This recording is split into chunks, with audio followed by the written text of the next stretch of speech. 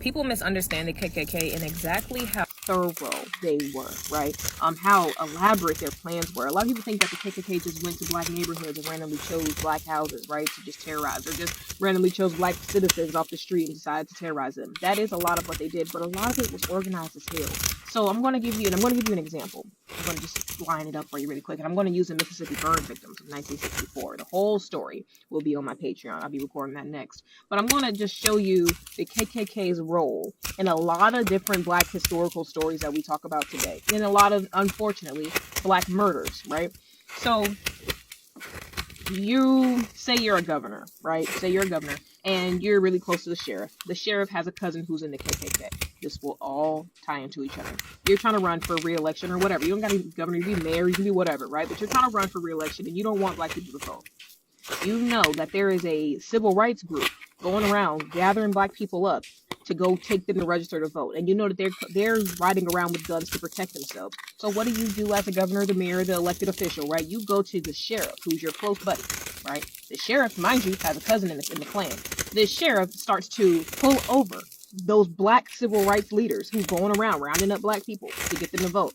Then instead of just locking them up for petty stuff, no, they release them. You can go, right? Fine, you go.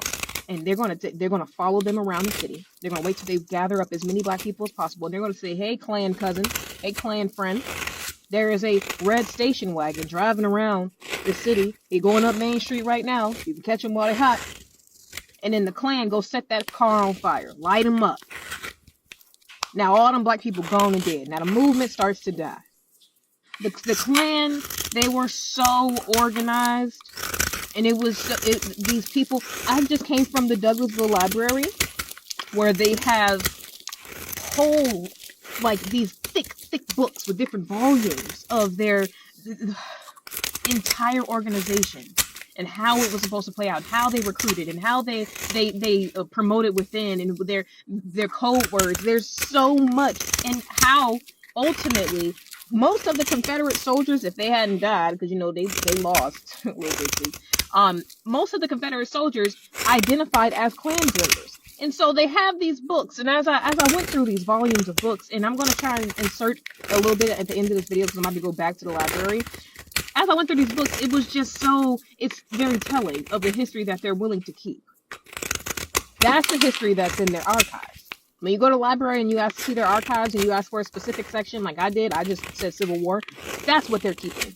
But when I asked them for their Black History archives, they had none. Why the fuck is that? I think you know the answer.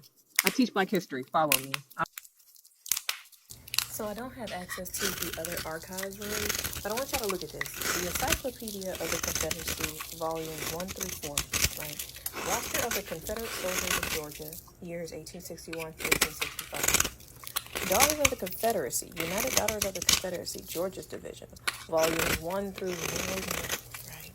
Then you have the cemeteries where they were buried, stories from them, another set of rosters, more stories from them, all of these different stories and memoirs from them. But our history is the one that needs to be forgotten, as if they were victims. Look at how much they have on this. And mind you, the other room had actual documentation of like KKK. They had like, I guess it was called dud files. A bunch of different dud files, but their dud files was labeled like KKK. See, now it wasn't solely white men that was stealing recipes from ancient African traditions. I mean, even if you look at the smallpox vaccine, that's credited to some white woman, when in reality an African named Onesimus is the one that created it. Another contribution that Africa has made to modern-day medicine is definitely tetracycline. Now, I've worked in hospitals for years. If you work in a hospital, you know what tetracycline is. But if you don't know, it's just an antibiotic. But it was found in Nubian bones dating back to 1,500 years ago. But the sad thing about that is if you Google it, it'll say it was created in like the 1940s. And that's just not fucking true.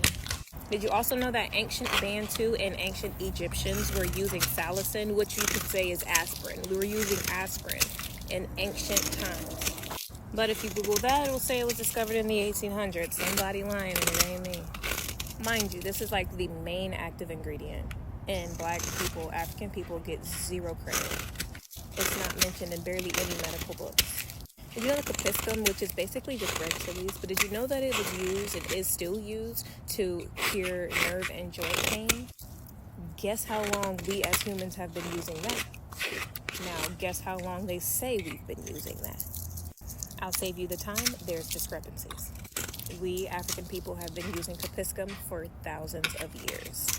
Before I go into the last one, guys, I have a YouTube. I'm only posting short content on TikTok. All my long form will be on YouTube. Also, I have a nonprofit dedicated to even Black history that you just learned in our schools. If you want to help, donate, volunteer, please tap the link here in my bio and tap the foundation's website. You can do all that on our website. But lastly, let's talk about Reserpine.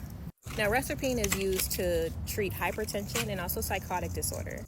But if you Google it, it'll say it was only recently discovered in the past couple hundred years. That's not freaking true. And I know I said that was going to be the last one, but I got one more that I want to mention. Did you know that ancient Africans actually discovered all the different places you can feel a pulse, which is here, here in your thigh? Ancient Africans were the first ones to discover that. Not to mention, they had over 200 different names and functions for different parts of the brain. Ancient Africans.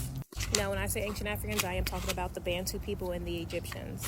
They also discovered which part of our brains processes auditory information. I mean, we have always been a genius. It's just our face was stripped from it. Did you know any of this? People with the worst attitudes work in customer service. People with the nastiest, meanest attitudes when they're in the wrong work in customer service. You could have been a grasshopper. You could have been a McDonald's behind-the-scene warehouse worker.